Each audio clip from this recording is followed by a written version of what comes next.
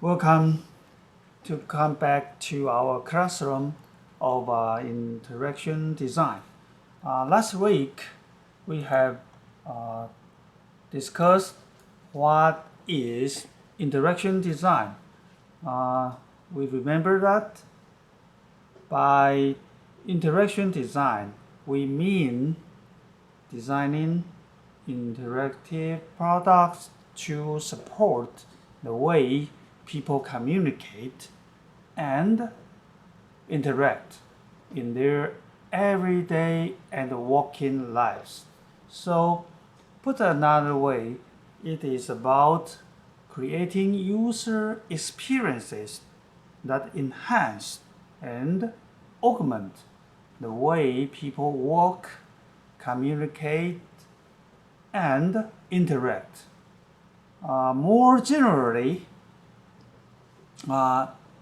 we can describe it as designing spaces for human communication and interaction. So, by definition, interaction design is a process to design something for improving people's communication and interaction. Okay, so what is the content, or what are the primary activities of interaction design? We also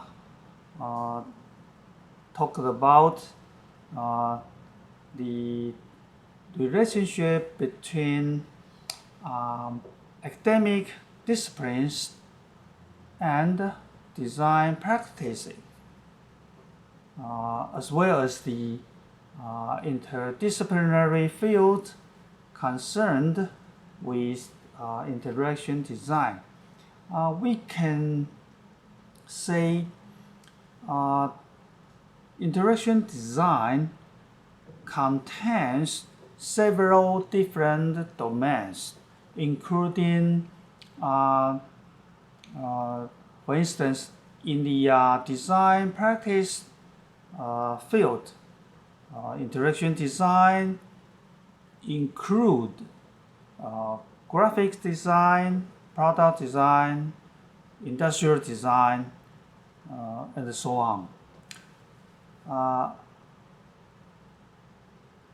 In contrast, interaction design also contains some academic disciplines. That's why we use the textbook for our graduate students instead of undergraduate students. We focus on the academic disciplines concerning with interaction design. So, how many academic domains involved in interaction design? First of all, economics or human factors, and psychology, especially cognitive psychology or cognitive science, and informatics, which means some technology applied to the interaction design, and some engineering, for instance, the computer science and the software engineering, and social sciences, for instance, the sociology and anthropology, or human computer interaction research. So, in a word, interaction design is an interdisciplinary overlapping field. Yeah. So, uh, as the subtitle of our textbook, we say interaction design should go beyond human-computer interaction, the so-called HCI. Why? Why we see there is a difference between interaction design, for short, ID, and HCI. First of all, interaction design has cast its net much wider,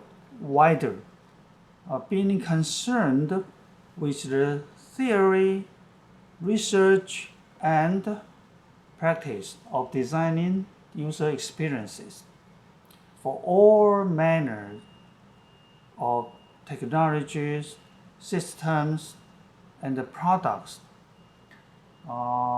Whereas HCI has traditionally had a narrow focus, being concerned with the design, evaluation, and implementation of interactive computing systems for human use, and with the study of major phenomena surrounding them. Okay, so the ACM SIGCHI, the organization, the major organization of HCI, define the HCI as the process of designing or developing the interaction system, including establishing requirements, design, and prototyping, and evaluation. But here we refer to ID, interaction design, in a wider manner. Okay, so you can say HCI is a subset of ID, or you can say HCI belongs to the interaction design because on the contrary, ID contains HCI. Okay, so after we have had a simple idea about the interaction design, then we will go on to discuss what is the cognitive science concerning with the interaction design. So today we will introduce the third chapter. The third chapter is about the cognitive aspect related to ID. Okay, so let's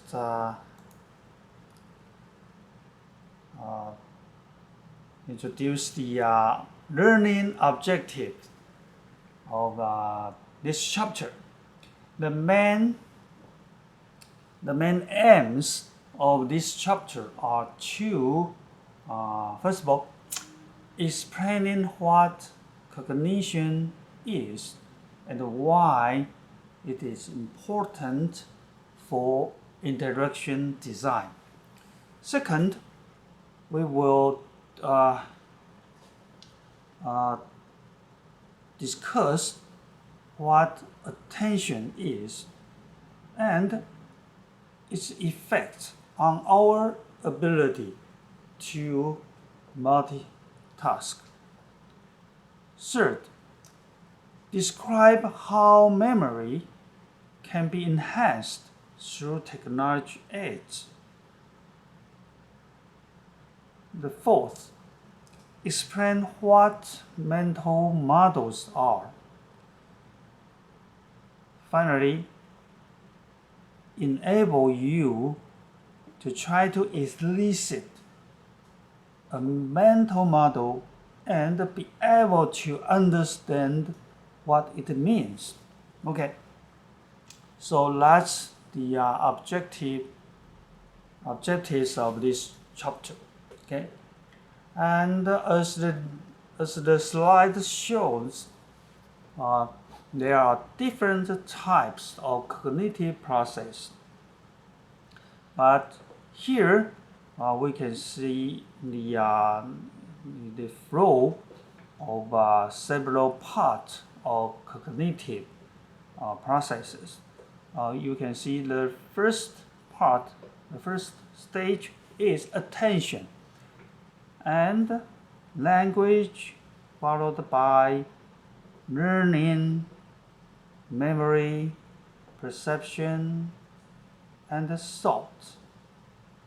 Okay, so the attention is the ability to focus on one particular task at a time.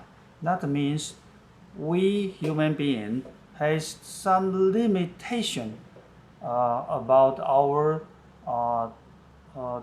attention.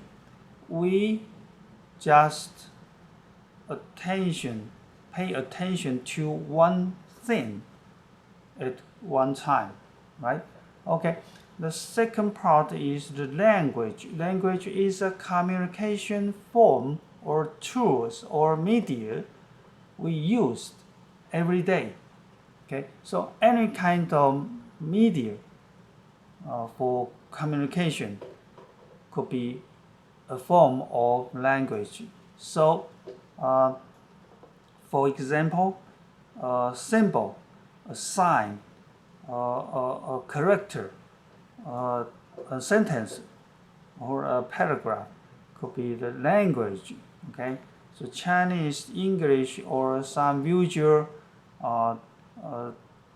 communication media could be languages. Okay, and learning means a way of learning wherein the ulterior focus is on the effective use of our brain.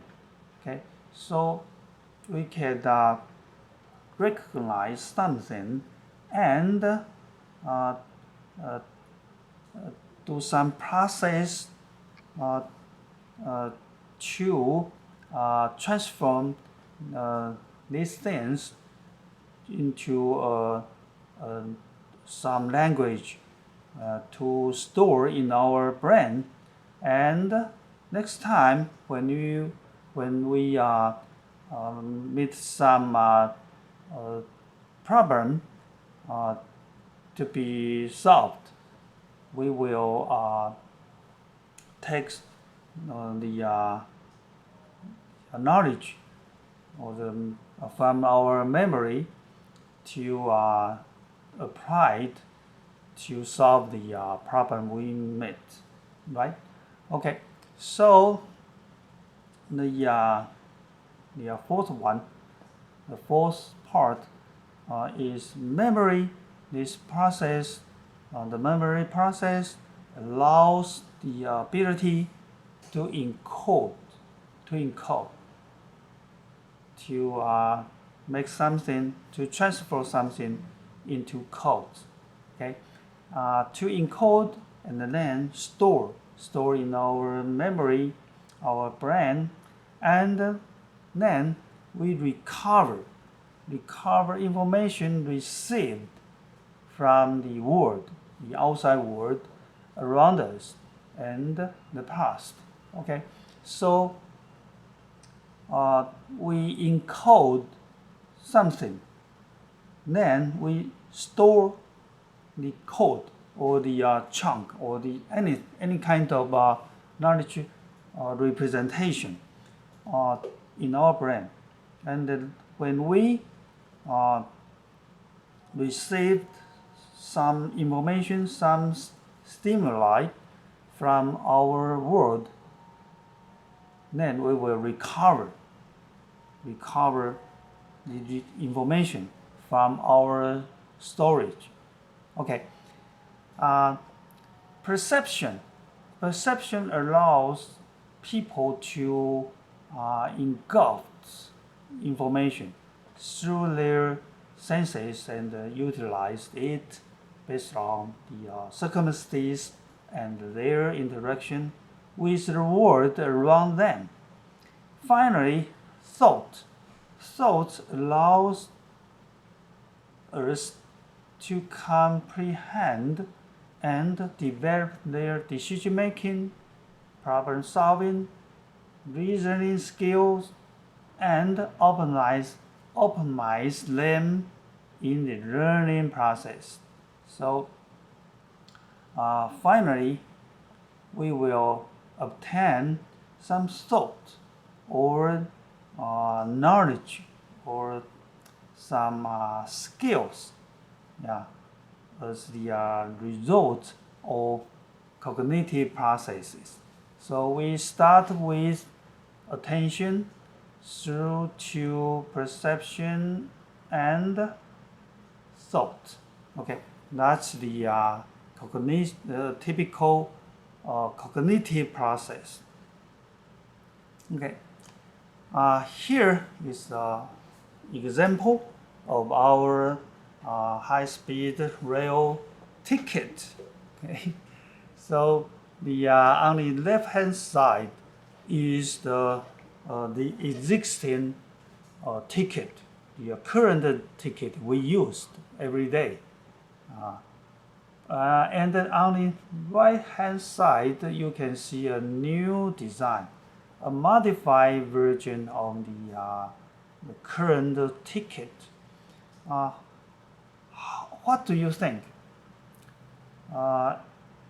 Is the modified version ticket, the new ticket, really better than the existing one? How do you think? If the answer is yes, can you tell us why?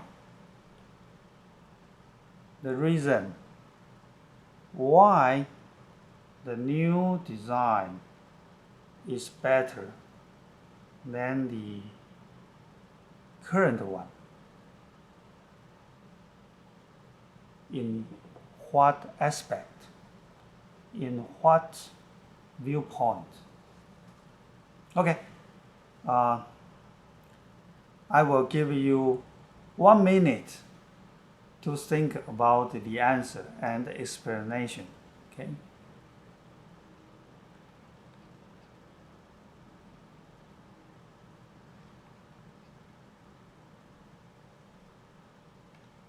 Okay. The answer is obvious, yes. But why? Because the traveler, the passenger, perhaps you can consider the passengers or the tourist cognitive process during using the ticket. When you buy a ticket, what kind of information you concerned the most, right? So perhaps the destination is very important, right? Even more important than the departure, right? The arrival station could be the most important information on a ticket, right? Yeah. And I think the time to departure, the time for departure will be another important information, right? And the number of the train and the seat number, right? The car and the seat number. So the new version, the new ticket, you can see on the new ticket, the more important the information, the bigger the character, the bigger the sign, right? The bigger the letters, right? Yeah.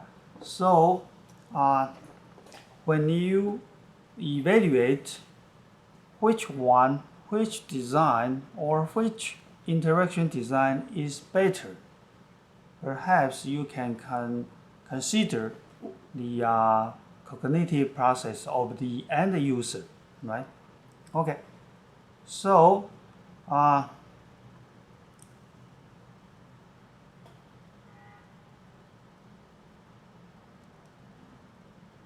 let's do an activity.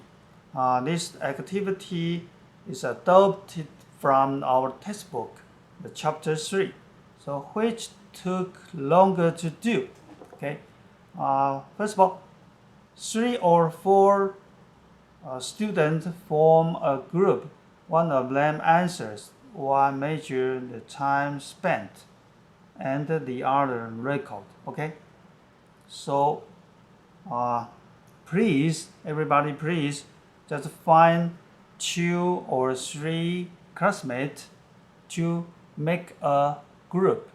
Okay, and you need to be charged in different responsibility, right? One is to answer, and the other is to measure the time, okay, to count down the time, or to measure the time spent, okay, and the last one is to record, okay. Okay. So the activity is very simple. Please look at the following screen and do 2 things. First, find the price for double room at the Quality Inn in Columbia. And second, find the phone number of the Days Inn in Charleston. Okay. You can see the billboard, right? The South California, and the first row shows cities, motel or hotel, and area code, then the phone number, and the race. The race contains just consists of 2 types, right? A single bedroom or double bedroom. Okay, the price or the rate. Okay, so you can see it's actually it's a table, right? A row and a column. There are 6 columns, right? Okay. So the task is to find the price for double room and to find the phone number of the Day Inn. Okay. Okay, so we will spend 10 minutes to finish. Okay, so every group should do the activity and then give us share with us your result. Okay, how long you find the answer. Okay.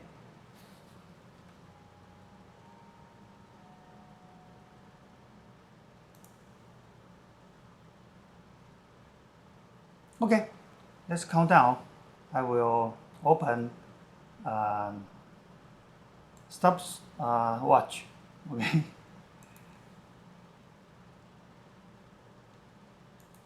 Stopwatch.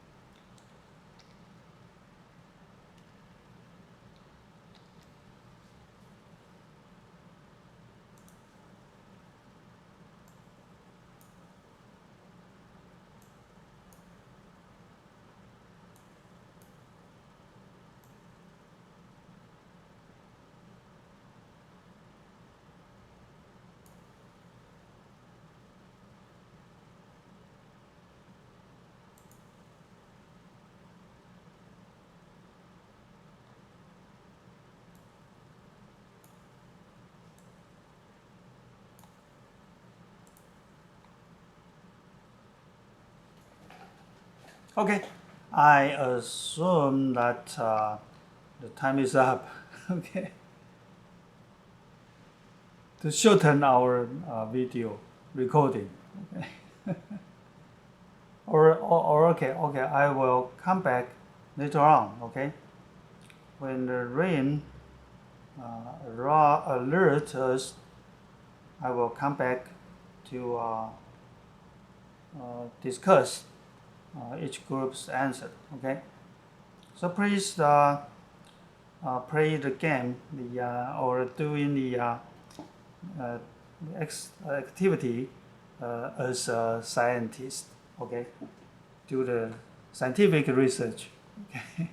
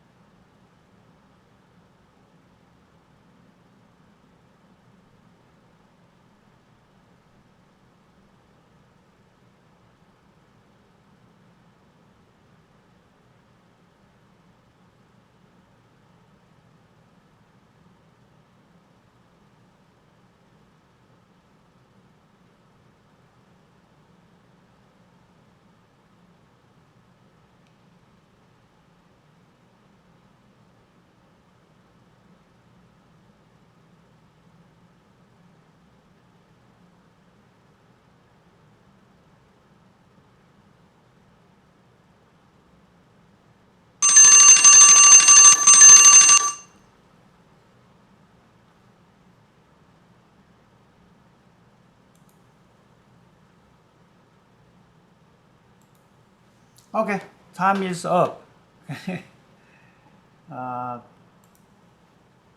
So let's go on discuss these activities. I think it's obviously the first task to find. Let me enlarge my screen. Okay.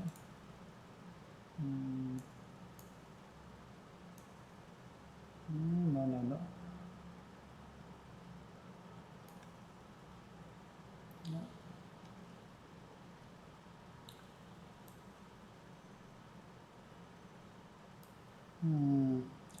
Let me see it. Okay. Let me adjust the screen size. Okay.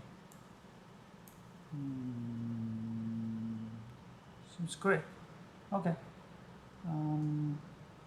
I think I should lock the size. Otherwise, they change all the time. Okay. And as the activity or display in an early study, the tutor found that these two screens produce quite different results. It took an average of 3 seconds to search the top screen. The top screen means the left-hand side. Okay, I reorganized the layout. Okay, so the left screen will take 3.2 seconds to search for these two tasks. Okay, but if you want to, if you look at the right-hand side screen, it will take you 5.5 seconds to find the same kind of information in the right screen. Okay, so why is this? So considering that both displays have the same density of information. Okay. Yeah. The density of information means the content by the area. Okay. So it's a ratio, 31%. Okay. So that means we have control the variety variables of these two displays, but the only difference between these two screens are the layout, right? The format of the information, right?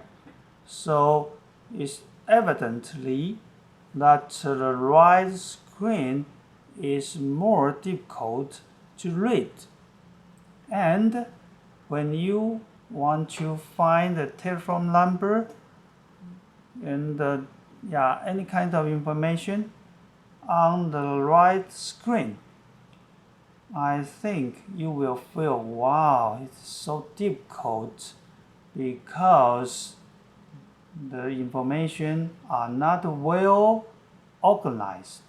So for every student, it could be much more difficult to find. Okay, let's go on to the next slide. Design implications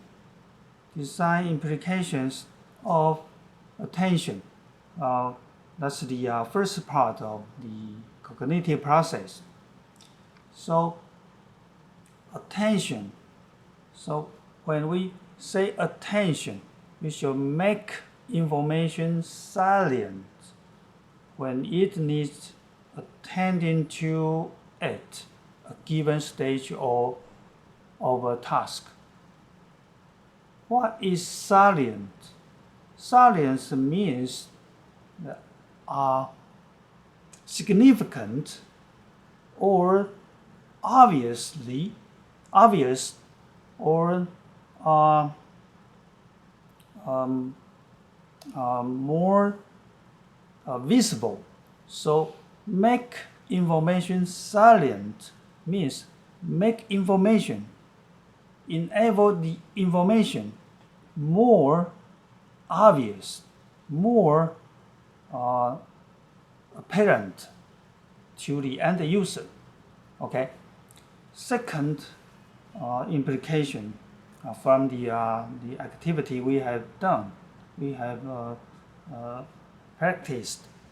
The second implication is use techniques like animated graphics, the animation, or the color, the contrast, the high contrast color, or underlining for the sentence, for the keyword, or ordering of items, the order of the item, or the sequencing of different information and the spacing of items to achieve the attention. Okay. And the third point is we avoid clustering the interface with too much information. This especially applies to the use of color, sound, and graphics. It is tempting to use LUT, resulting in mismatch of media that is distracting and annoying rather than helping the user attend to relevant information. So remember, avoid clustering, but well organize them. Yeah. Otherwise, the user will feel very, very annoyed or distracted. And search engines and form fill-ins that have simple and clean interfaces are easier to use. Okay, so try to design neat or clean interfaces about of the form or questionnaires or tables, any kind of the a good layout for the end user to use. Okay.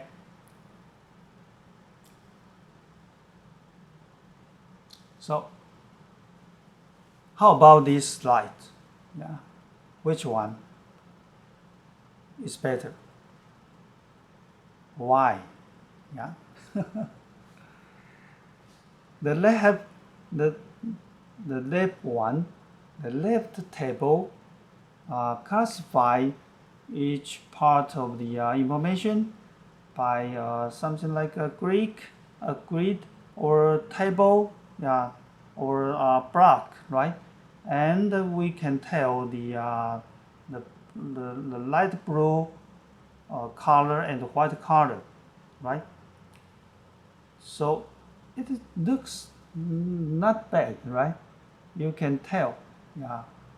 It's very clear to identify which block, right? On the contrary, the right table, you can see light blue square, right, for each part of the information, each chunk of information. So which one is better? It depends actually, right? But in most cases, perhaps the right-hand side could be better, right? But the left-hand side looks beautiful, right? Looks fashionable or stylish, right? Okay. So, what is the design implications? It's about the perception, right? Representations of information needs to be designed to be perceptible and recognizable across different media. So we should pay attention on to the icons and other graphical representations that should be enable users to literally distinguish their meaning, right? Yeah. To distinguish, to tell their meanings, okay? And borderings and the spacing. Borderings means the framework or the boundary line, something like that. So bordering and spacing are effective visual ways for grouping information that makes it easier to perceive and locate items. Sounds should be audible and distinguishable so users understand what they represent. And speech output should enable users to distinguish between the set of spoken words and also be able to understand their meaning. Text should be legible and distinguishable from the background. For example, it is okay to use yellow text on a black or blue background, but not on a white or green background. Okay. Although it is very, very obvious, but we can see the wrong layout or designed in many cases. Yeah. For instance, you can see some presentations using the yellow text on a white background in the presenter's PowerPoint file, right? Yeah. Yeah. Okay. Lastly, tactile feedback used in virtual environments should allow users to recognize the meaning of the various touch sensations being emulated. The feedback should be distinguishable so that, for example, the sensation of squeezing is represented in a tactile form that is different from the sensation of pushing, right? That you can imagine when you open a door, when entering a building, when you squeeze the knob of the door, or you are going to push the door to enter. Yeah. So the feedback could be different, right? The information could be different. Okay. This is an example from our textbook as the picture showcase the sense cam. Sense cam is a creative design product to for the people to take the pictures. Okay, so you can read the case study. It's originally developed by Microsoft Research Lab in UK to enable people to remember everyday events. Although it's it's an old design in about 10 years ago, I think. So the camera, the design including a camera that can be set to take picture at a particular times. For example, every 30 seconds, or based on what it senses. For example, acceleration. Okay, so it's a camera with some sensors. Okay, some acceleration sensors. Okay, and the camera's lens is fish-eyed. Fish-eyed means it can shoot in a very broad view that enable nearly everything in front of the wearer. The wearer means the end user of the SenseCam to be captured. So the digital images for each day are stored, providing a record of the events that a person experiences. Several studies have been conducted on patients with various forms of memory loss using the device, because the end user is the patient who lose their memory.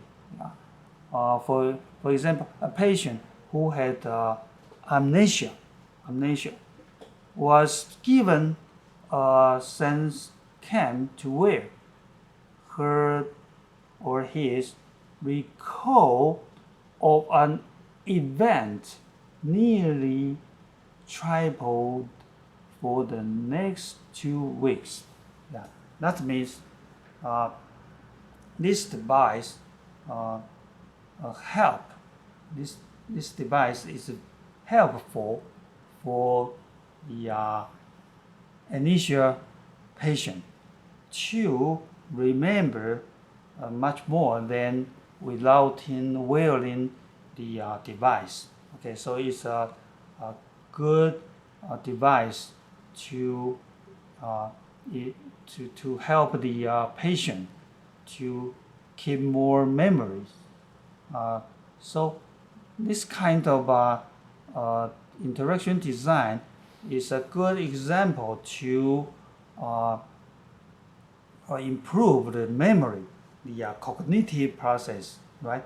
The memory of the patient's cognitive process. So it helps. ID helps.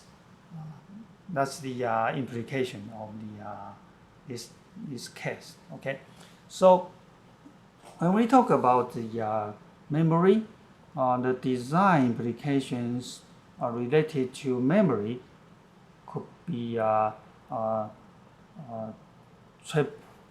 straightforward.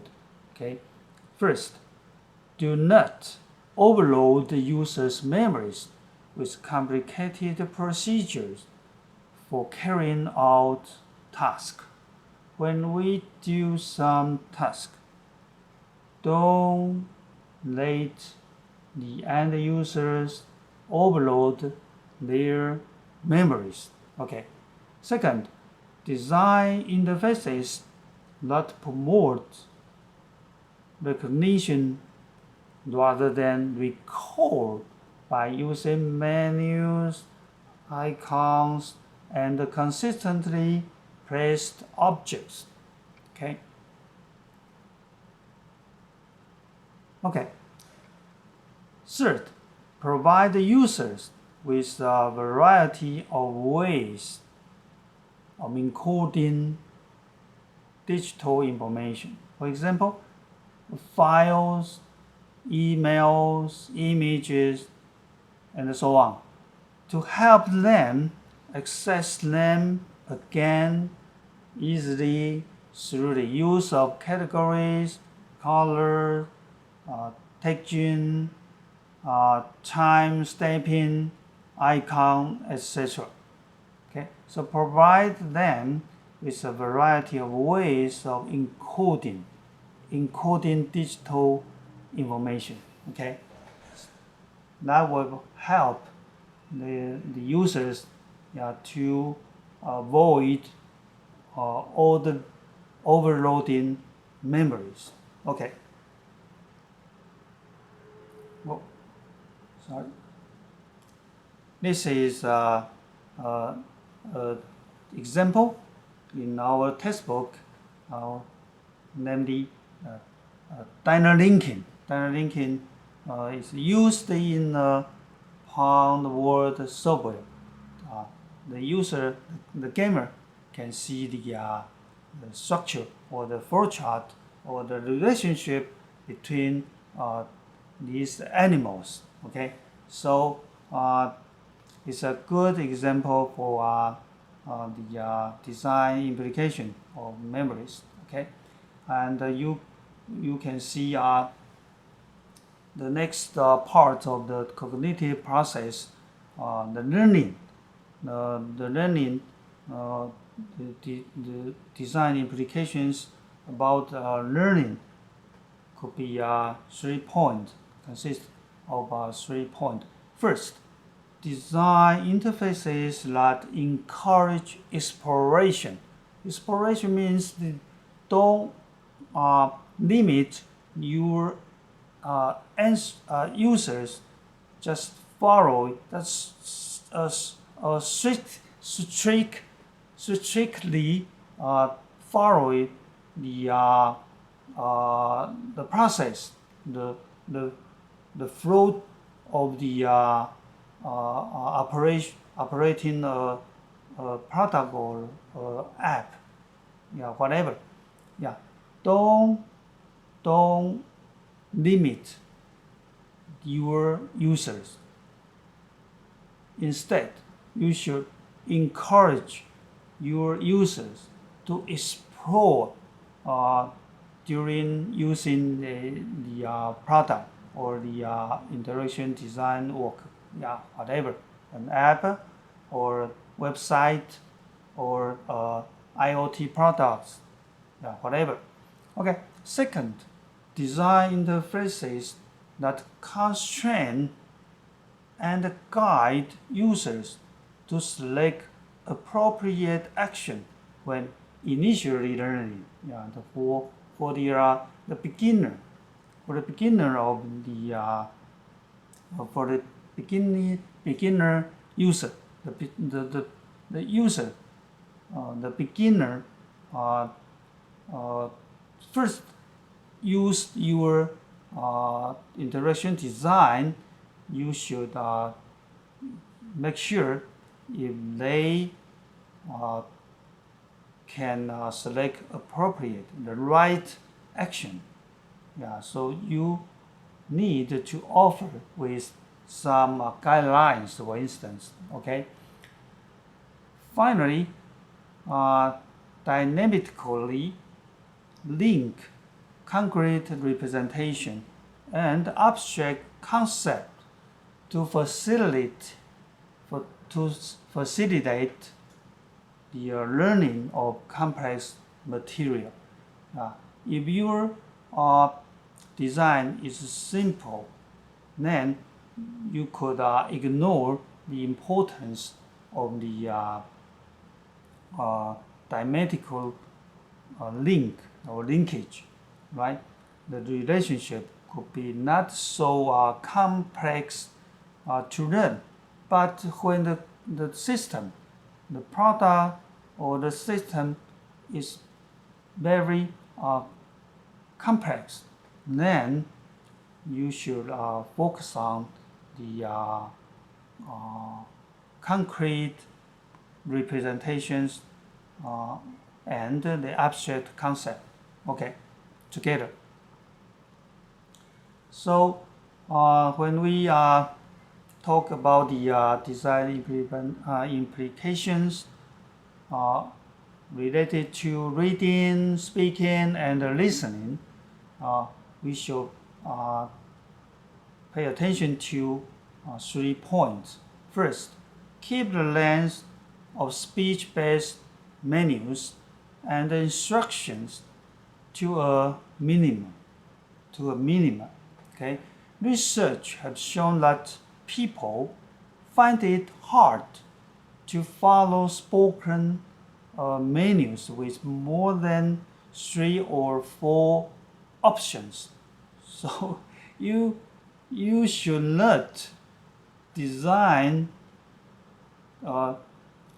more than 4 options for the spoken menu. Okay. Likewise, they are bad, not good. They are bad at remembering sets of instructions and the directions that have more than a few parts. Yeah. Usually, don't make more than 7 items. Okay. Second, accentuate the intonation of artificial generated speech voices. The intonation. The intonation means the variety of the accents, the stress, notes, voice. Yeah, you should make it more clear, more obvious to for the listener. Okay, as they are harder to understand than human voices. So you should accentuate the intonation of artificial generated speech voices. Okay. The third one, provide opportunities for making tasks larger on a screen without affecting the formatting for people who find it hard to read small text.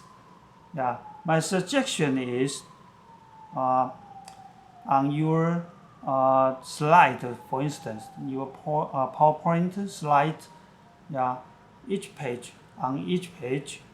all of the tasks should not less than the font size should not less than 28 points. Okay, 28 points is the minimum of the font size. Okay, so try it. Try it. Perhaps you can find a more appropriate solution. Okay. When we take account into the design implication of problem solving, planning, reasoning, and decision making, we have 2 points. First, provide additional hidden information that is easy to access for users who wish to understand more about how to carry out an activity more effectively. For example, web searching. So you should provide additional hidden, invisible information. Okay, that is easy to access. Okay. Second, use simple and memorable function at the interface for computational aids, intended to support rapid decision making and planning that take place while on the move. Okay, so use simple and memorable function. Don't let your user overload memories. Okay, that's the key point.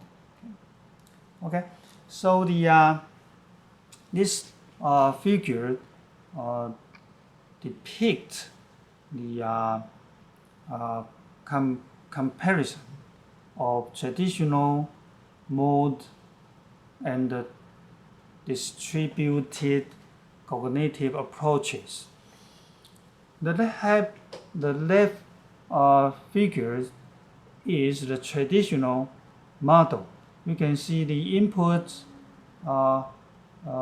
information perceived by the user's sensory, and then the inputs are processed in the user's brain. Then the output will be achieved by the answer's motor behavior, right? But in the on the right figure, we can see the traditional model is just simple model to describe the simple cognitive process, but in fact we can find many examples containing many individual cognitive process. Just put them together, so you can see when some input occurred, and then the inputs are perceived or censored by more than one individuals, right? And then each individual process the input, part of the input, and then they create or generate or produce some part of the output together, and all of the input and output and the processes work together. They have some relationship or exchange something or cooperate with each other to produce the general output. Such kind of model, complex model, is called distributed model. Okay, we can take a simple example of the distributed model. The typical example is the pilot.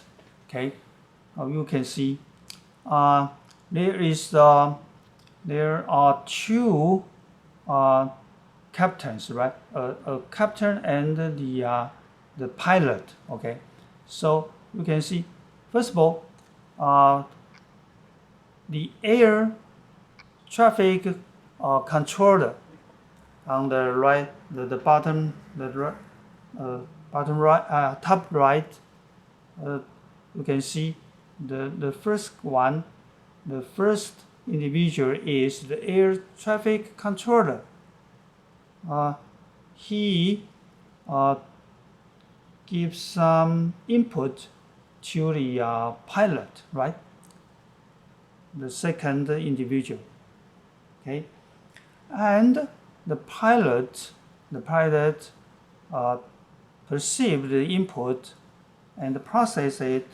Finally, the pilot generates the output, which is he used his motor right hand to operate the control knob of the cockpit, right? But on the other hand, the captain, the fourth individual, right? The captain also monitors the operation by the pilot, right? And he also uses his right hand, right, to control the attitude alert setting knob, right? Okay, so you can see there are more than one individuals to perceive different kind of input and process them individually, and finally they cooperate with each other to achieve the activity or achieve the task, right? So it's very easy to understand in our everyday or working environment. There are many interaction design concerned with the very complex cognitive process, especially based on the distributed model, right? Okay, so let's make the summary of this chapter, the chapter 3. The chapter 3 has explained the importance of understanding users, especially their cognitive aspect, right? So it has described relevant findings and theories about how people carry out their everyday activities and how to learn from this when designing interactive products. It has provided illustration of what happens and what you design system with the users in mind, and what happens when you don't. It has also presented a number of conceptual frameworks that allow ideas about the cognition to be generalized across different situations. So let's conclude the key points of the chapter 3. First, cognition comprises many processes, including thinking, attention, learning, memories, perception, decision-making, planning, reading, speaking, and listening. Second, the way an interface is designed can greatly affect how well people can perceive, attend, learn, and remember how to carry out their task. Last, the main benefit of conceptual frameworks and cognitive theories are that they can explain user interaction, inform design, and predict user performance. So, in a word, I think nothing could be more practical than theory. Theories about interaction design is very useful because theories, especially cognitive theories, can be used to explain how users interact, how our design inform the user, how user will perform when using our design. So we can predict, we can understand, we can explain why when we design a good interaction design. So the cognitive theories are very, very important for us to learn how to design good interaction design. Okay.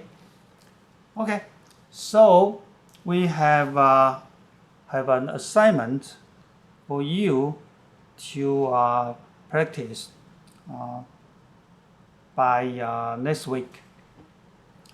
Please write a 300-word case study with figures on an interaction design that involve distributed cognition model. Okay, so you find a case of interaction design and make sure this interaction design contains distributed cognition model.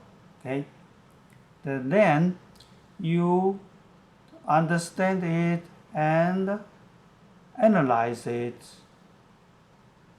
as well as finally you write down about 300 words to describe the case, and don't forget to write down your viewpoint, your insight of this case. Okay?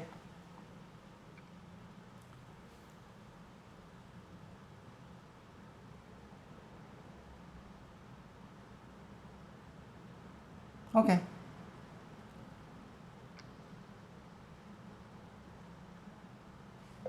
Is that okay? Mm-hmm.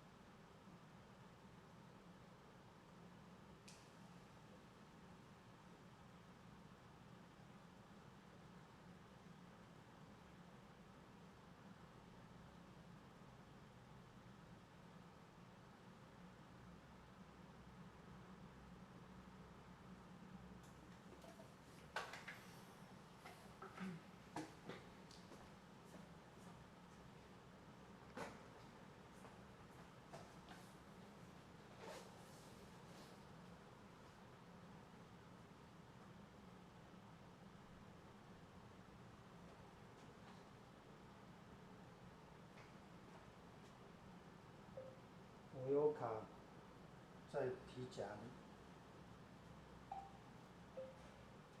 忘了看。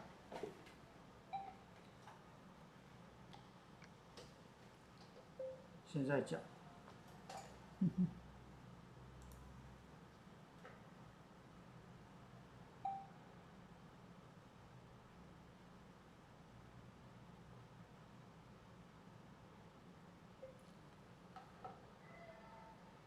句号，免得忘记了。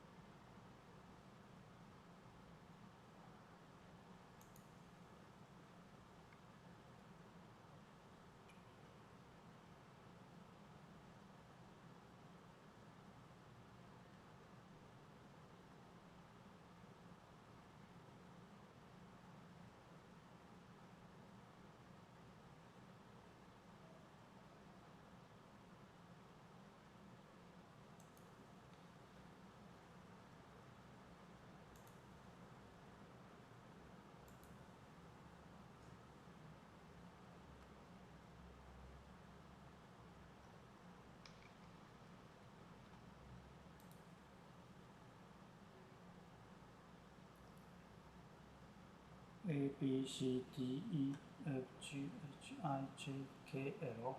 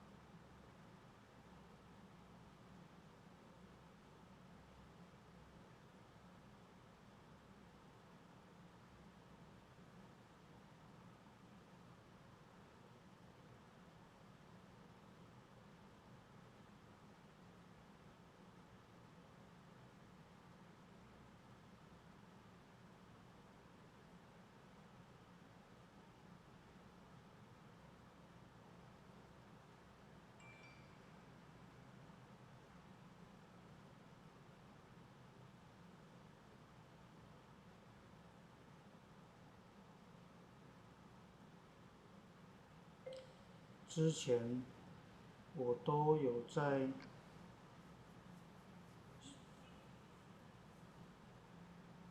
移动邮局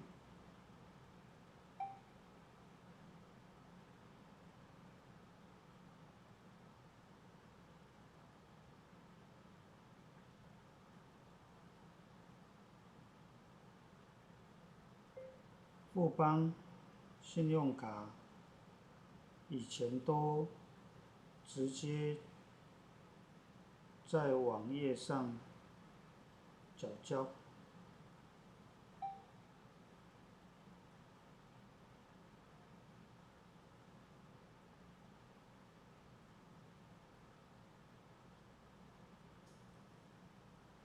现在才在设定常用账号。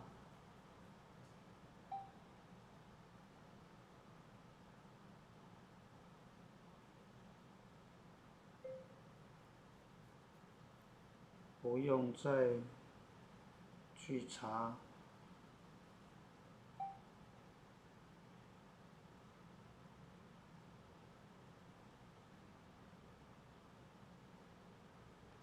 已经缴了富邦卡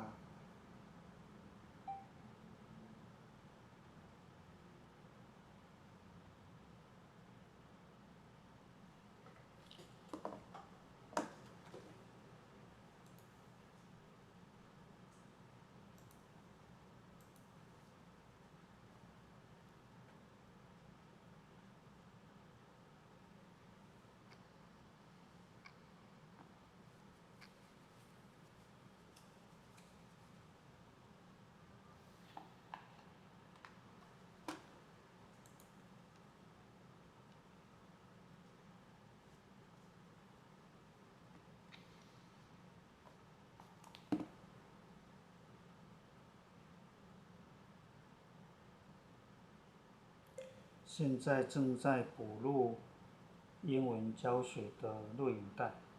逗号，因为之前机器没有设定好，根本没有录成功。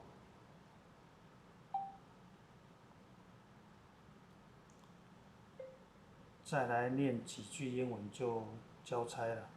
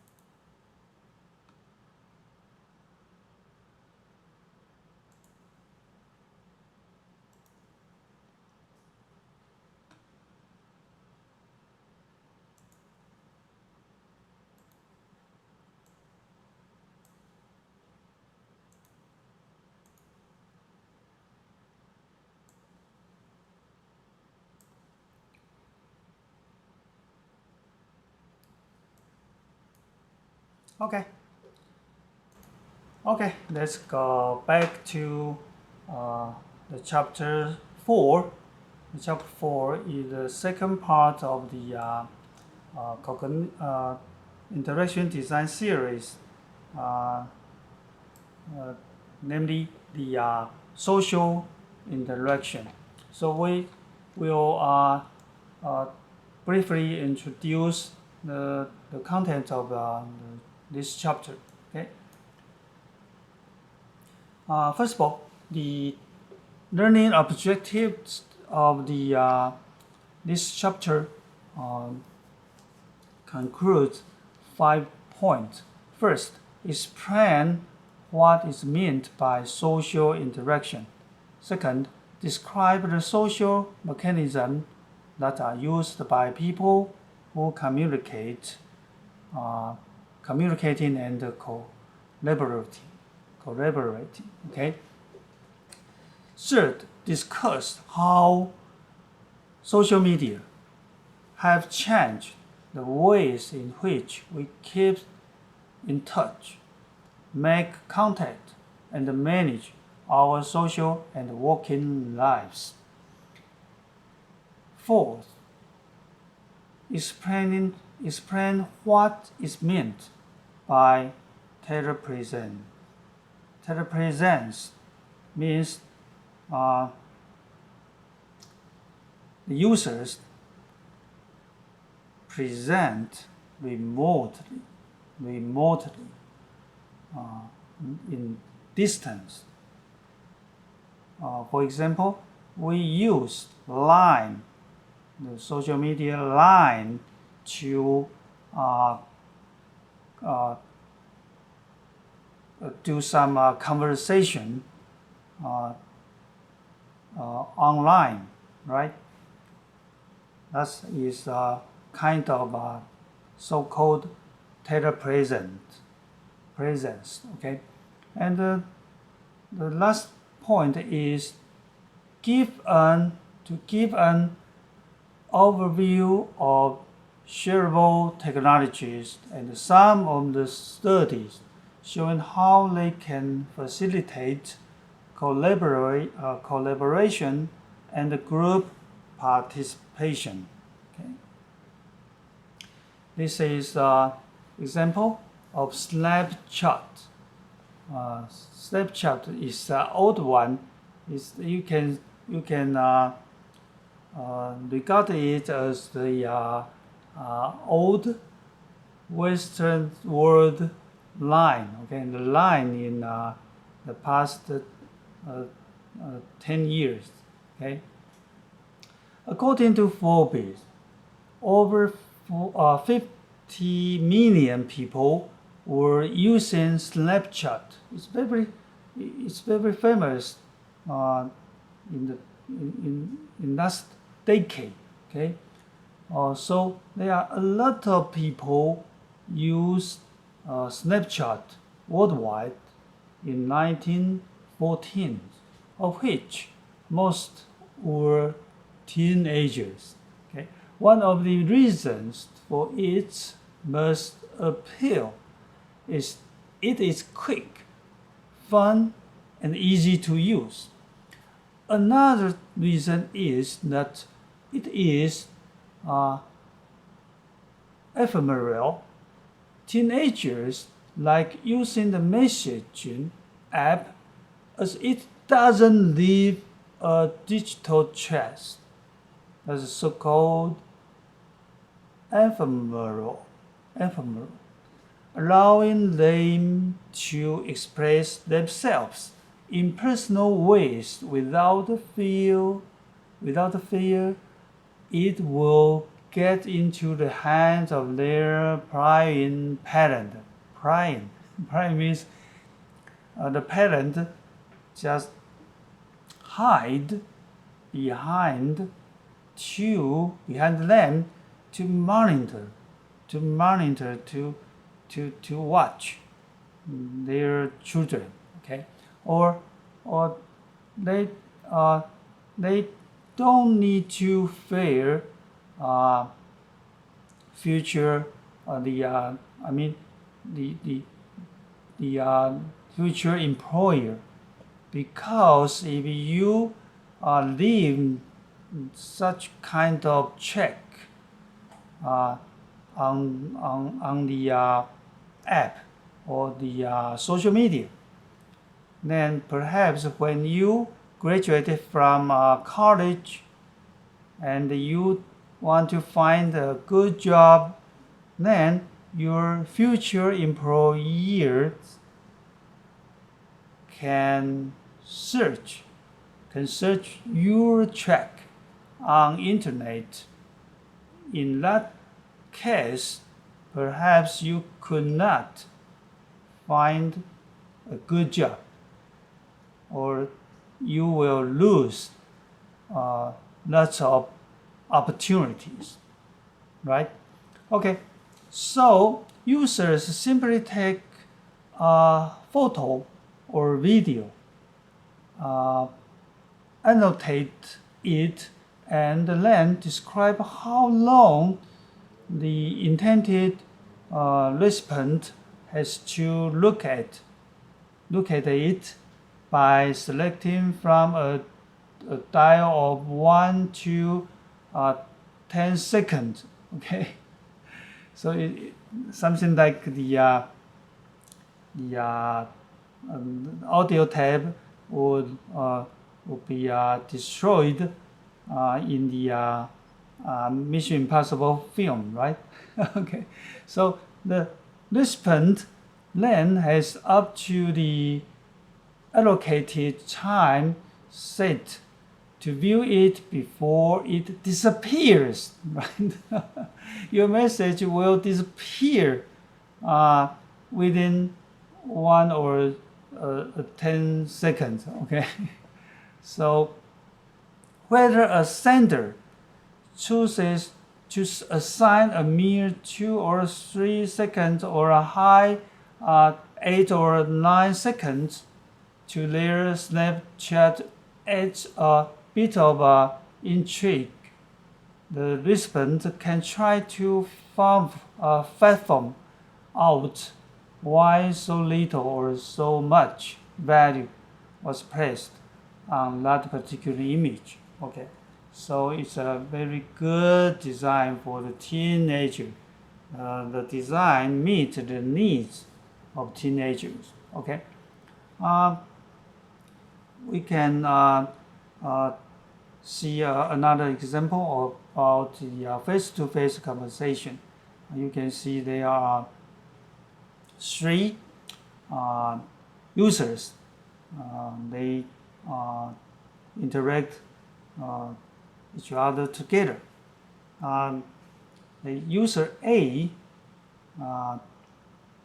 just say hi there, and answer user B reply hi,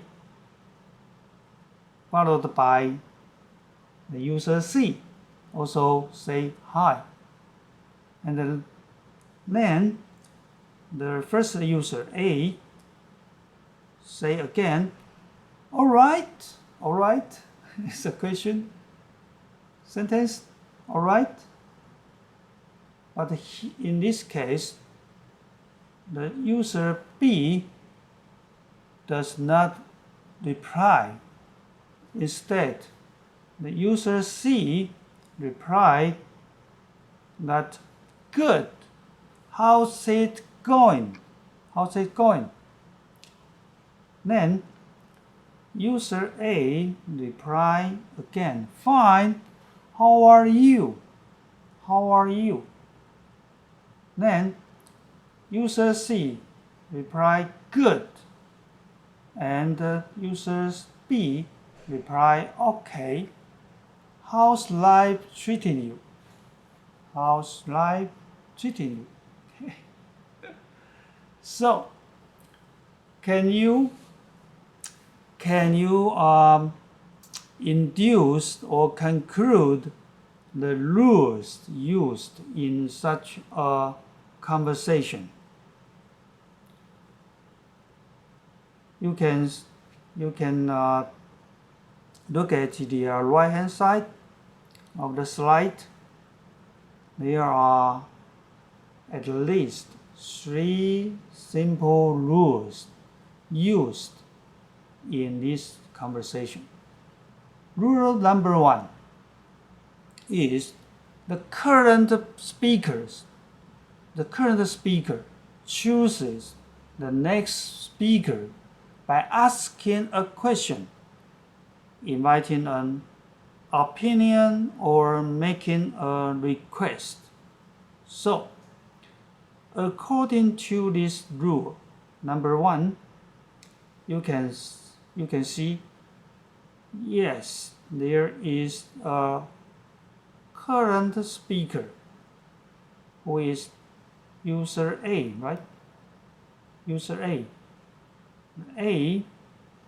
A is the current speaker, and A chooses the next 2 speakers, right? speaker B and C by asking a question. Hi there, right? Hi there. So the question actually is not a question sentence, but the meaning of this sentence, hi there, is asking question, right? Okay. So the purpose of this question is to invite an opinion, or this sentence is to make a request, right? But here it's just to invite B and C to reply, right? Okay, so next rule, the rule number 2, is another person except the current speaker. Another person decides to start speaking. So according to this rule, B and C, yes, they are another persons who decide to start speaking, right? Start speaking. So B say hi, and C also say hi. Then the third rule is the current speaker continues talking. So according to this rule, the current speaker A continues talking. Talking what? All right is also asking a question, right? All right, to invite an opinion. In this case, C reply good. How's it going? So C is another person decide to start speaking, right? But here, B, the speaker B, decide not to start speaking, right? Okay, so when C has replied, then the current speaker A continue, right? Continue talking. He said, fine, how are you? And then, in this case, B, speaker B, decided to start talking, start speaking. Okay, so even though this is a very, very simple conversation between two individuals, you can find there are some rules, some hidden rules occur or applied in this case, right? Okay, so how come we should induce such kind of invisible hidden rule or implicit rules applied in a conversation? Because if you understand the rule used in a social activity or social interaction, then you can design the social interaction for them, right? Without violating the social rules, right? Or on the contrary, you can use such kind of social rules to design a good social interaction for them, right?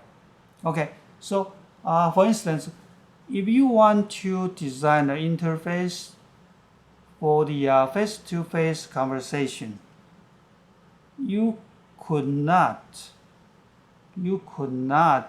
have no ideas about the rules applied in such kind of activity, right? Okay. Another case is remote conversation. Let's do the simple activity. how do you represent yourself online? What image and names do you use? Okay, so I will give you 1 minute to think and share with us later on. Okay, so 1 minute, 1 minute to prepare for. Okay. How do you represent yourself online? What image and names do you use? Okay. And the second activity, what do you expect the most? Retweeted selfie to be. Why do we send so many selfies? Yeah, why? Okay, why? Okay. Okay. I think all of you have very interesting experience and opinion on that. But we will move on to the next topic, the telepresence. Allow a person to feel as they were present or to give the appearance that they were present in the other occasion by projecting their body movement, action, voice, facing expressions to the other location or person. Okay, so that's the meaning of telepresence. Okay, this is an example. The cute circle hug shirt. Okay, so hug shirt is designed for communicating by using the telepresence concept, right? There is another approach to increasing the sense of presence and togetherness for people who are at distance. Is the development of wearable devices that send hugs between them. That's the purpose of this design. Okay, an early example was this one, the cute circuit hug shirt. Okay, embedded in the shirt are sensors that detect the strength of the wearer's skin warmth, the temperature, the body temperature, the warmth, and the heart rate, the heartbeat rate, and actuators that recreate the sensation of a hug, throbbing, buzzed, and on various parts of the body.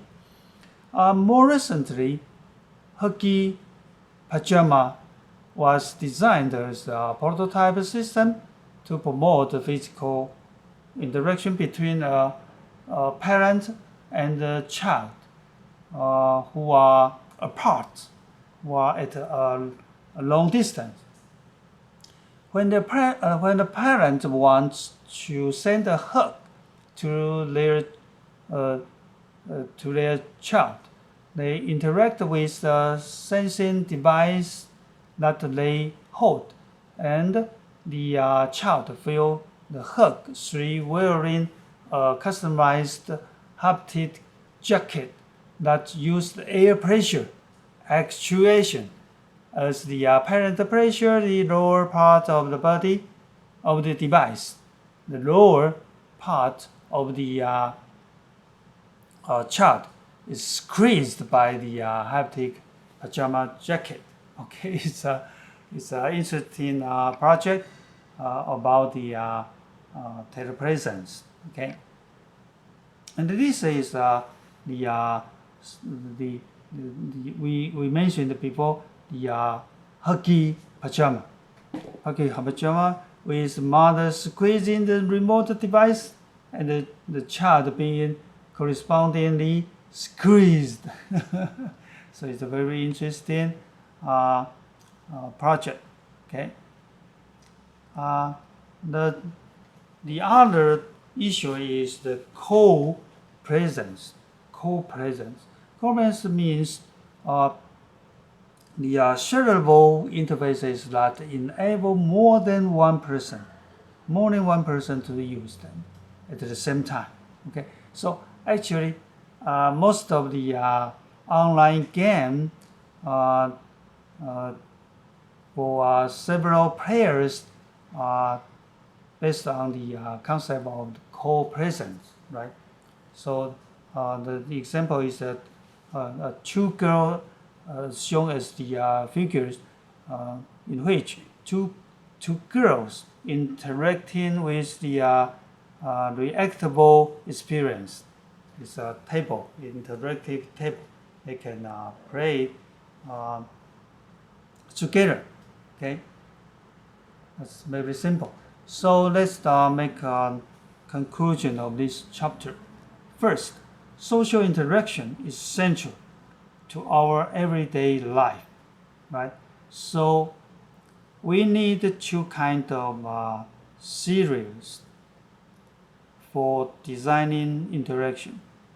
First is the cognitive science or cognitive psychology. Second, social interaction series or sociology. Okay, so second, social mechanisms have evolved in face-to-face and remote contexts. So we should not forget the importance of remote interaction, right? Okay. Third, talk and the way it is managed are integral to coordinating social interaction. Fourth, computer-mediated communication systems have been developed to enable people to communicate. Fifth, keeping aware of what others are doing and letting others know what you are doing are important aspects of collaboration and socializing. Keep aware of what others are doing and let others know what you are doing. Very, very important. Okay. Lastly, social media have brought about significant change in the way people keep in touch and manage their social life. Okay? So next week, the assignment we need to do is each student read 2 pages assigned of the following paper and share comments by 5 minutes presentation. Okay. Second, each student is responsible for reading 2 pages of this article. Read and pronounce the complete sentence on each page when they begin on the previous page or end on the next page. Okay. So what is the paper? The paper is the technology-mediated relationship maintenance in romantic long-distance relationship. The subtitle is an ethnographical research through design, human-computer interaction is the journal name. And the author, Wk04 and Mark Hassenzahl.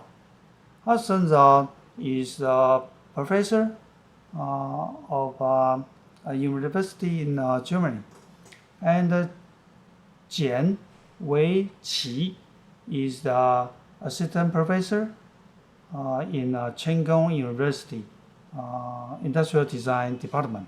Okay, I think it's a very, very romantic and interesting, amazing, awesome paper, worthy reading. So I hope everyone can work harder on reading this paper. So I hope everyone can share with us your own insight or comment or what lessons you learned from this paper. Okay. So next week we will discuss this paper. Okay. Okay. And then we have 1 hour more to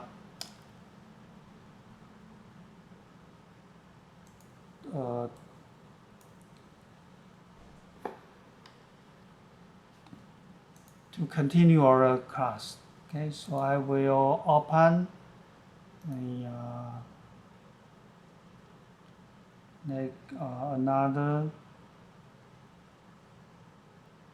another file. Not this one, but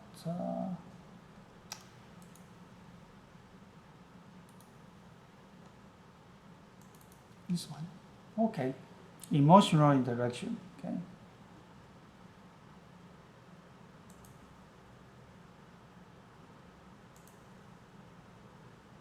Okay, this one.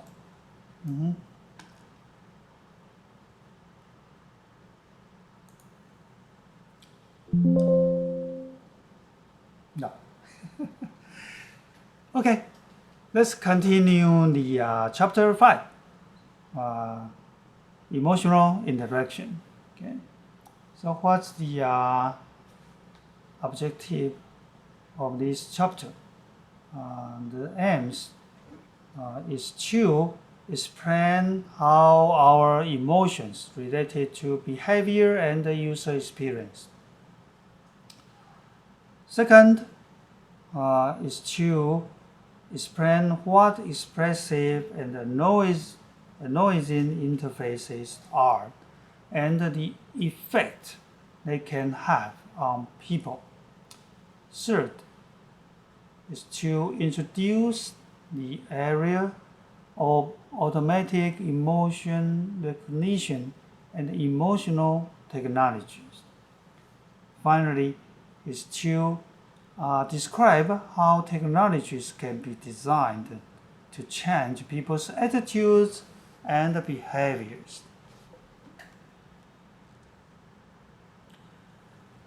Let's think about what is emotional interaction.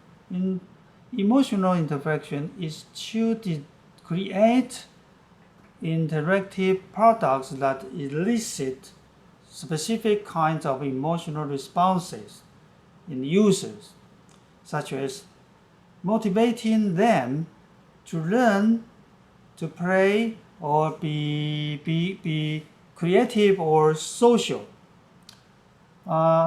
Emotional interaction is to elicit positive responses from users, such as feeling at ease, being comfortable, and enjoying the experience of using products.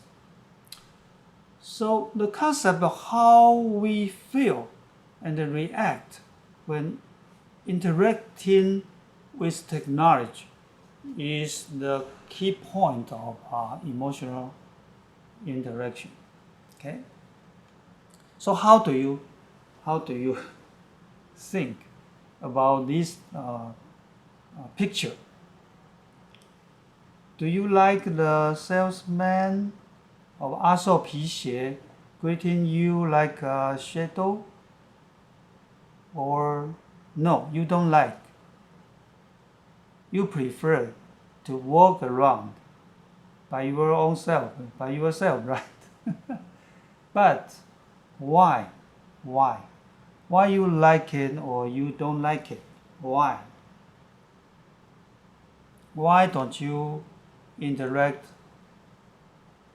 with the salesperson? Okay. This is the Kai conference homepage, the website homepage. So how do you book a flight from Taipei to Hawaii to attend the Kai conference? Because this conference will be held in Hawaii on May 11th to 16th in next year. Okay. So how do you book a flight from Taipei to Hawaii? So let's complete within 10 minutes. Yeah, who can book the cheapest? The key point is the cheapest flight from Taipei to Hawaii on May 11, 2024. So you may go to Easy Travel, Easy Fly, or trip.com, or Skyscanner, Agoda, or you just straightforward go to the China Airline or United Airline, or just use the Google search engine to find the cheapest flight. Okay. So within 10 minutes, we'll go back to check out which one have the cheapest flight. Okay. So let's count down.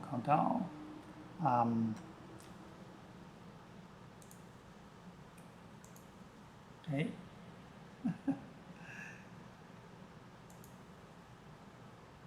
Let me clear it and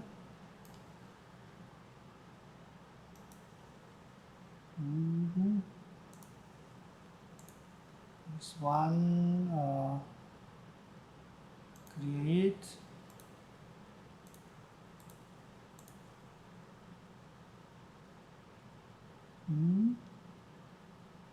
Go back, count down, 10 minutes, set and stop.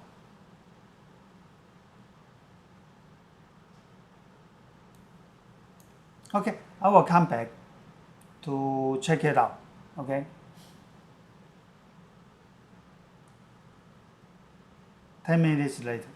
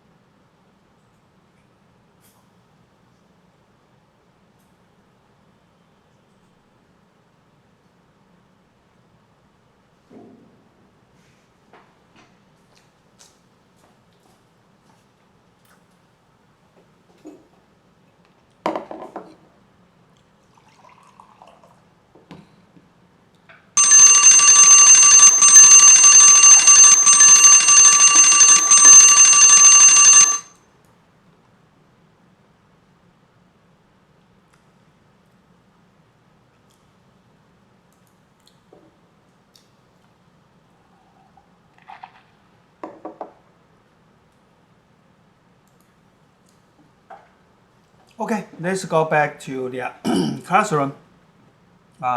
Thank you for everyone's sharing of your opinion and your result. Yeah, and congratulate the Chen Gang can find the cheapest flight from the sky scanner. Okay. Okay. Let's go back to the slide. The content of the next slide is what's your emotional interaction. Which booking system do you use to search for the cheapest ticket and why? Yeah, the answer could be Easy Travel or Sky Scanner. And why? Why? Yeah, perhaps the cheapest ticket comes from several channels. I mean, the influence of the on the cheapest ticket could be multiple. Yeah, there are a lot of reasons why the ticket could be the cheapest. But here, what we concern is the emotional interaction rather than the just cheapest searching, right? Cheapest ticket. So, how does that system compare with others you have ever used? Do you feel at ease? Are you comfortable? Are you enjoying the experience of using them? Do you trust them? Do they motivate you to learn how to search the cheapest ticket or the ticket you wanted? And do you think the system is creative? Yes or not? Yes or no? Okay, so we'll take a look at the slide. What are primary cognitive process? Again, we have introduced the process that's 2 weeks ago. Yeah, let's recall the content of the cognitive process. You attention on something, you pay attention to something, and use some language to describe them, to encode and store in your memory, and then you perceive some new things as an input to the process. Then you reason. You use the information stored in your brain to reason, to make reasoning, and then you can learn some knowledge by action, right? Okay. So cognitive abilities transform sensory input into information we store and use. Primary cognitive process include the following 6 parts or the 6th component. Okay. As Donald Norman said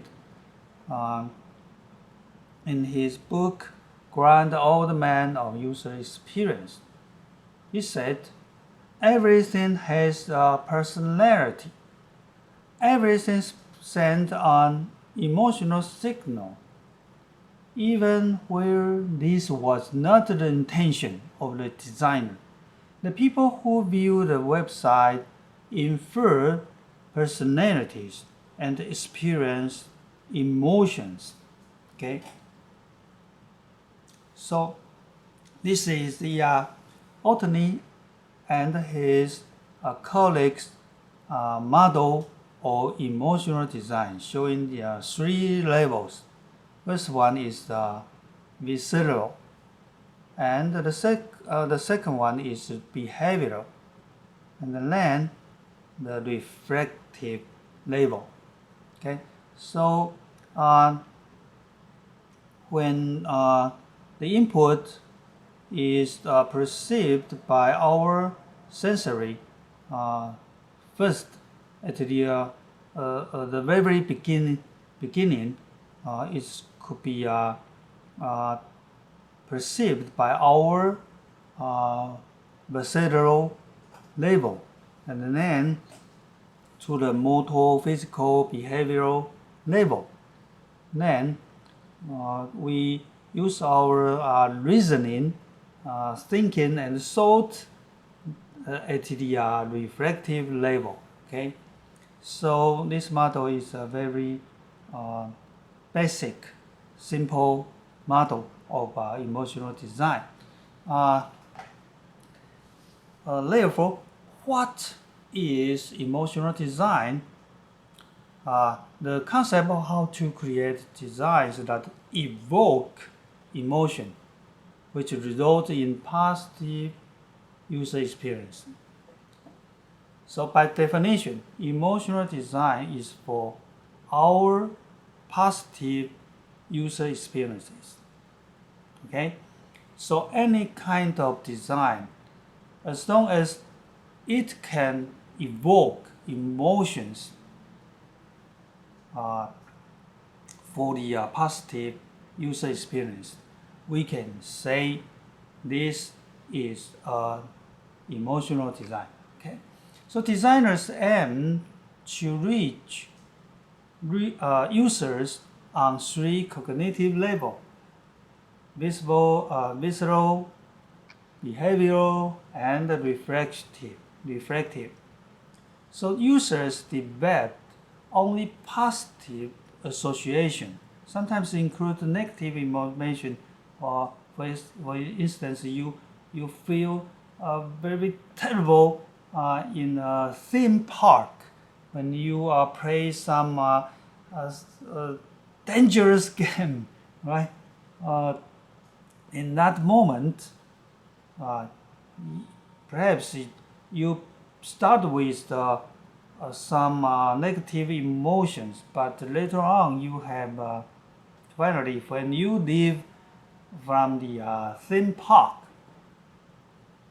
I think most of the visitors have positive user experience. Otherwise, why they pay much money to enter to the theme park, right? Okay. So this is the modified model by Donna Norman of the emotional design model. Okay. So we can see this detail when at the visceral level, there is the quick reaction or the judgment of stimuli in charge of our emotional reaction and inform the behavioral level. So the signal passed to the upper level, the behavioral level. Okay, so the behavioral level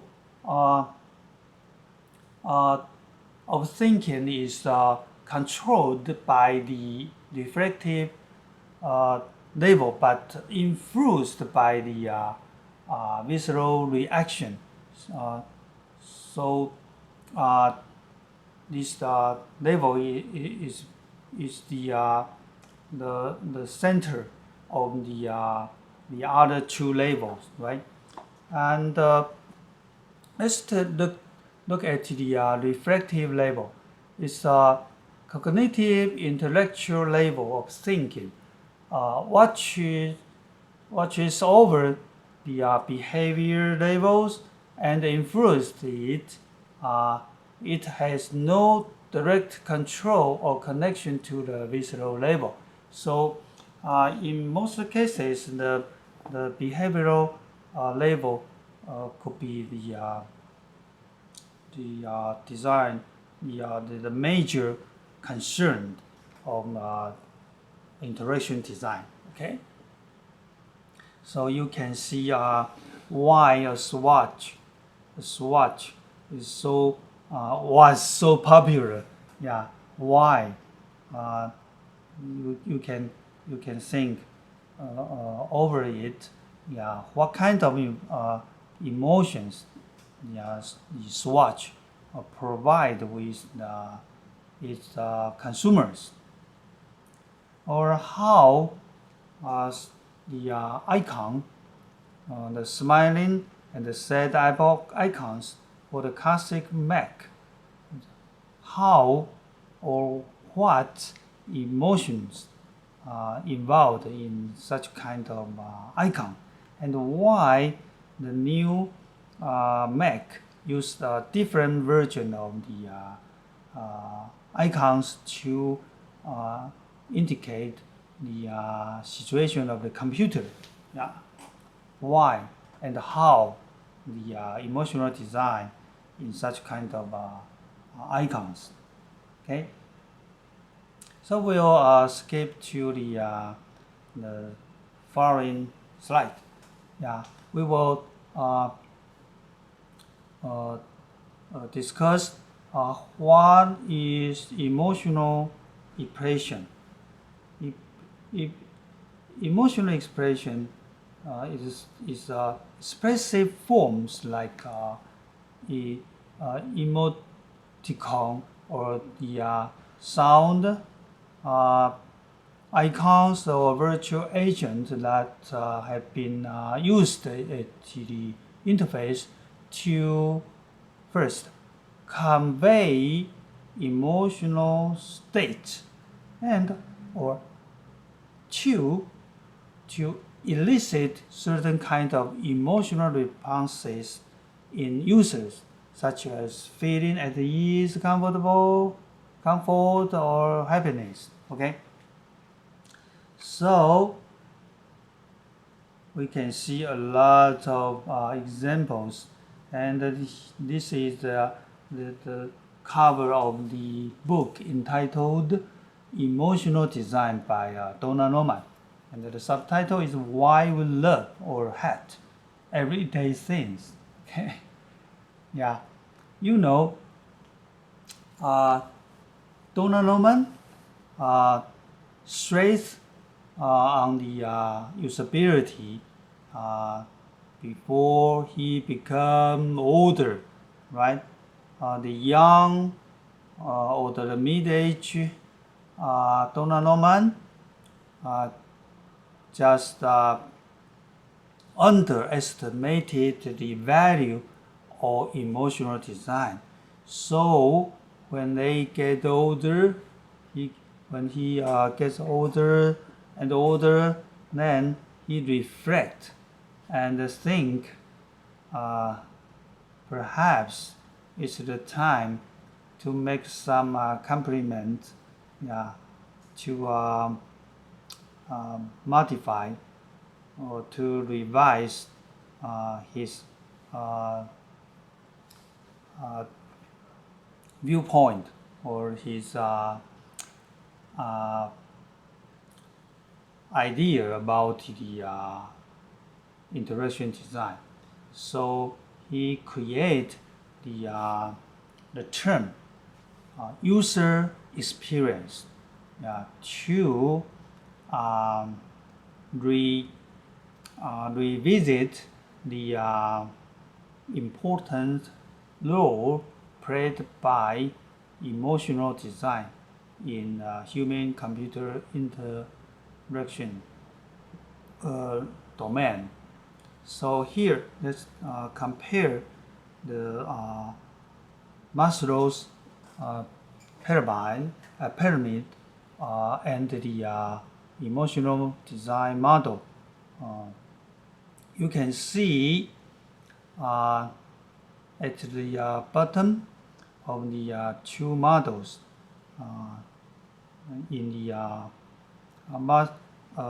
Maslow's pyramid is a psychological level and the safety level. You can see the corresponding levels are respectively the functional and reliable level of design.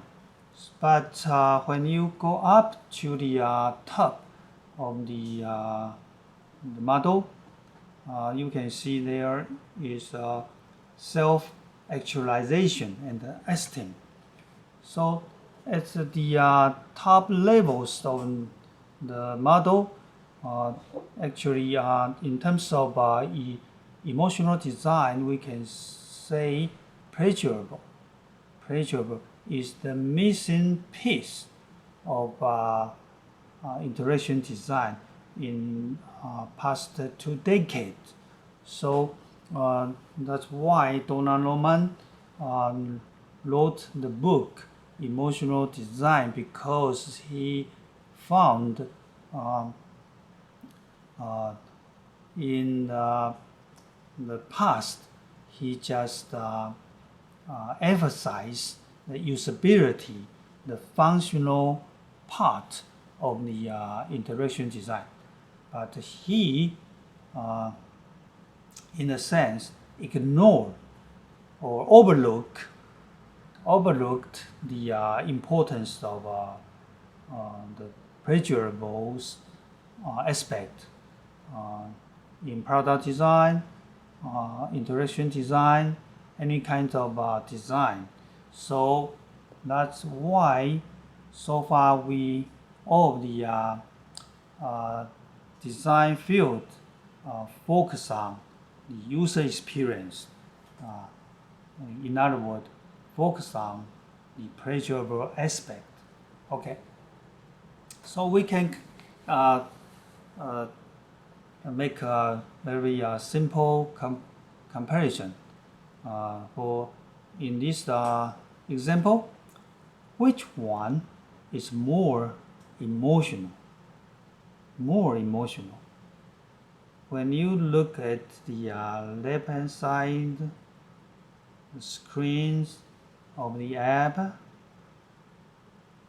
and you can see very perceived digit, numbers, and data information, money, So every data is very, very informative, very clear and concise. But when we are concerned with the emotional aspect, in this sense, which one is more emotional? I think most of you will agree with that the right one is much more emotional than the left one, right? But why? Why? You can see these are the right-hand side snap screen do not showcase any precise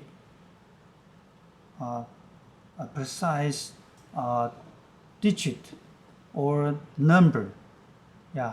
Instead, it uses a lot of metaphor or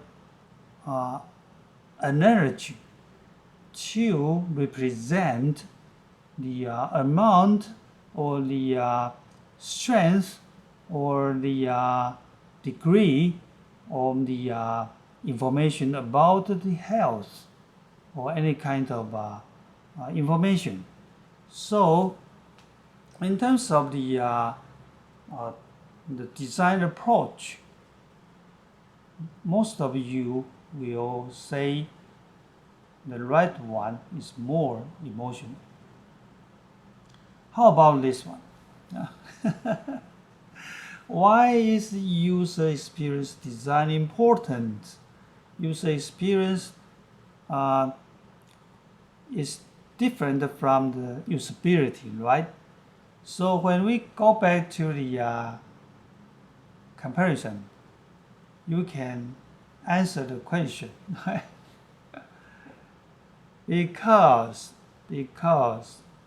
our product became more and more complex. We or for the end user needs or want or desire not just only the functionality, not just only easy to use.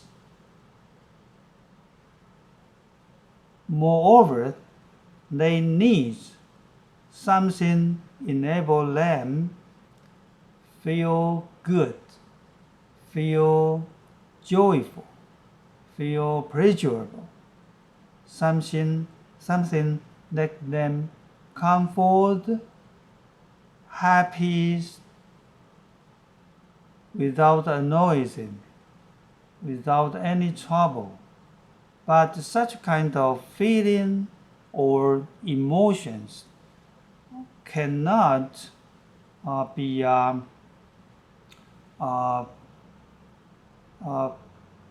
well measured or well regarded in terms of usability. For instance, when we do the usability assessment, in most cases, we don't care if the user have something joyful, but we just focus on if the device, if the system could be used effectively or efficiently. Yeah. So that's the difference between user experience and usability. Okay. So how to apply emotional design? There are a list of 10 principles. First, give your work a signature personality. Then have your design engage users as a character. Use color, contrast, advantages. Craft a copy with the right tone to inspire or accommodate emotions. Customize microcopy, that is label, etc. Apply video, sound to carry messages in character. Personalize the experience for different users. Offer prizes and surprise. Use storyboard storytelling. And the last one, maintain attention to detail, especially on error message. That's the 10 principles for applying emotional design. The first step to apply emotional design is to give your work a signature personality. That means to give a face or mascot for users to identify with that suit your brand or organization or industry. So this is the first step. Don't forget a signature personality. It could be a face or a mascot or anything to represent the user. Okay. So we will detect emotions and emotional technology. Okay. Here is a example of the Humi. Humi is AI technology to make people happy. So you can take a look at on the internet. Okay. So we will skip this homepage or the platform. I think you can just go to the website and to browse the content. Okay, and the second example is the fun theory. It's an initiative of Volkswagen. Volkswagen in a couple of years ago. This is one of the design work, the emotional design, which is the world's deepest bin, rush bin. Okay, you can take a look at the YouTube or any kind of similar platform. Okay, and let's make a brief summary here for this chapter of the emotional design. First, emotional aspect of interaction design are concerned with how to facilitate certain stage, for example, pressure, or avoid certain reactions, for example, frustration in user experiences. So our goal to design a interaction design is to enhance the positive emotion, right? And to reduce the negative emotion for the user. Okay. Second, expressive interfaces can provide reassuring feedback to users, as well as the informative and fun. Lastly, emotional technologies can be designed to persuade people to change their behavior or attitude. Okay, so you know what is the objective of interaction design, and you know how to do the how to create a good interaction design, and then you know the outcome, the contribution of interaction design could include the change of their behaviors or attitude. So you can see why interaction design is so important, not only in research domain, but also in employment market, right? Because you can make a lot of contribution to our human being in our living, right? Okay. Lastly, we have an assignment for you to complete by the next week. So each student uses Scopus AI to collect interesting examples of emotional interaction design that are related to a certain theory or concept. So you go to the internet to find the Scopus AI to collect some interesting example that have some applications of certain cognitive psychology theory or social interaction theories or emotional design theories or concept. Okay, so everybody just to collect an example at least. Okay, so next week we will discuss with such kind of example. Okay, so see you next week. Bye bye.